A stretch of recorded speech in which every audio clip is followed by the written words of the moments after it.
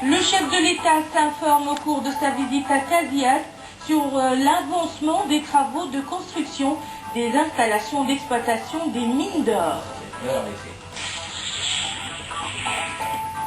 Des dizaines de morts et de blessés, dont des explosions qui ont visé des cibles fortement symboliques en Irak.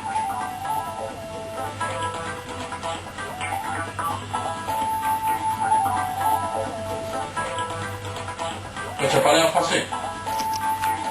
Oui. En Côte d'Ivoire, signature d'un accord qui met fin à la zone de confiance qui partageait le pays en deux.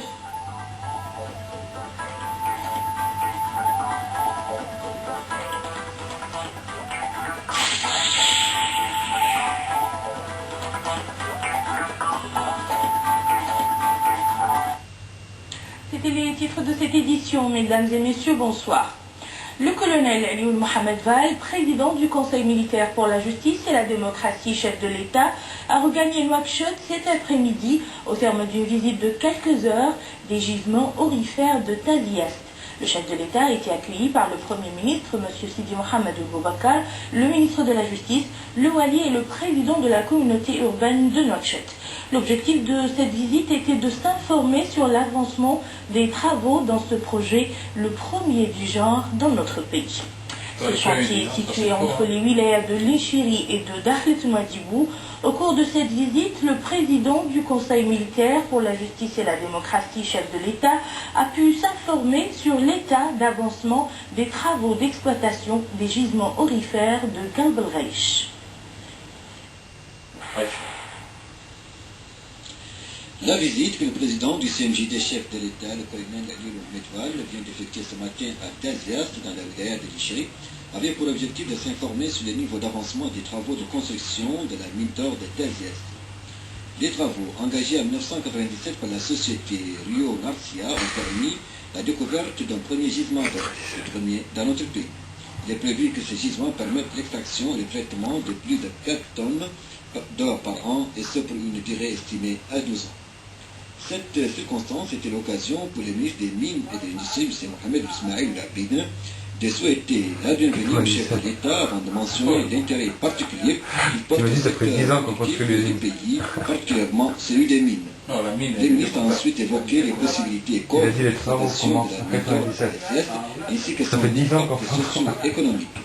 M. Mohamed Ismail Labine a fait savoir que ce projet est le résultat de la stratégie de développement initiée par son département en collaboration avec ses partenaires pour la garantie d'une couverture géologique plus pointue, de même que la promotion des zones dont les capacités minières sont importantes. C'est pas la même image qu'il faut voir. Enfin, parlant du résultat des recherches, le ministre des Mines et de l'Industrie a fait savoir qu'ils ont permis jusqu'à présent la découverte de plus de 900 indices miniers dans plusieurs zones du pays, notamment de l'uranium et du fer dans les Piris, le chrome et l'or au Guidimafar, les sabres rares dans le bassin côtier, le cuivre et les diamants dans le bassin de Todeni. Le maire de la commune de Benichab avait lui également exprimé la bienvenue au président du CMJD et chef de l'État et à sa délégation. Il a profité de cette circonstance pour demander au chef de la commune. Enfin, le directeur général de Rio Narcia, au nom du personnel de son établissement, a souhaité la bienvenue au chef de l'État.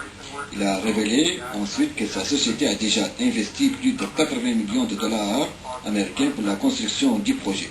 Il a aussi loué le cadre juridique mis en place par notre pays pour protéger l'environnement contre la pollution liée aux activités minières. Sur ce plan, a-t-il dit, la Rio Narcia compte utiliser son expérience pour rester en conformité avec les critères définis par notre pays en matière de protection de l'environnement. Le directeur général de Tazias Mauritanie Limited a annoncé que la mise en production commerciale du gisement est prévue pour le second trimestre de cette année. Le président du CMJD, le colonel Elioun Mohamed Val, a ensuite visité les installations de l'usine de traitement des minéraux d'or Les mesures visant la protection de l'environnement font partie des soucis des autorités qui ont été rassurées dans ce domaine avec des bacs flottants qui récupèrent le mercure et autres produits. Le directeur général de Tazias Limited a donné d'amples explications sur la structure de l'usine, son fonctionnement, le nombre de cadres et d'ouvriers, ainsi que le transfert de technologie qui va s'opérer au bénéfice de notre pays, avant d'annoncer que le premier lingot d'or sortira de l'usine dès le mois de juin prochain. Le colonel Alioune Mohamed Vall, président du Conseil militaire pour la justice et la démocratie, chef de l'État, était arrivé peu auparavant à Tazias. Le chef de l'État a été accueilli à son arrivée par les commandants de la 1e et 6e région militaire, les Walis de Dakhlet Nouadhibou et de l'Ichiri, ainsi que les autorités administratives et municipales. Le président de la République, M. Sidi Mohamed Ould Cheikh Abdallahi, continue de recevoir les messages de félicitations des chefs d'État et de gouvernement à travers le monde. Il a reçu... Le chef de l'État s'informe au cours de sa visite à Tazias sur l'avancement des travaux de construction des installations d'exploitation des mines d'or.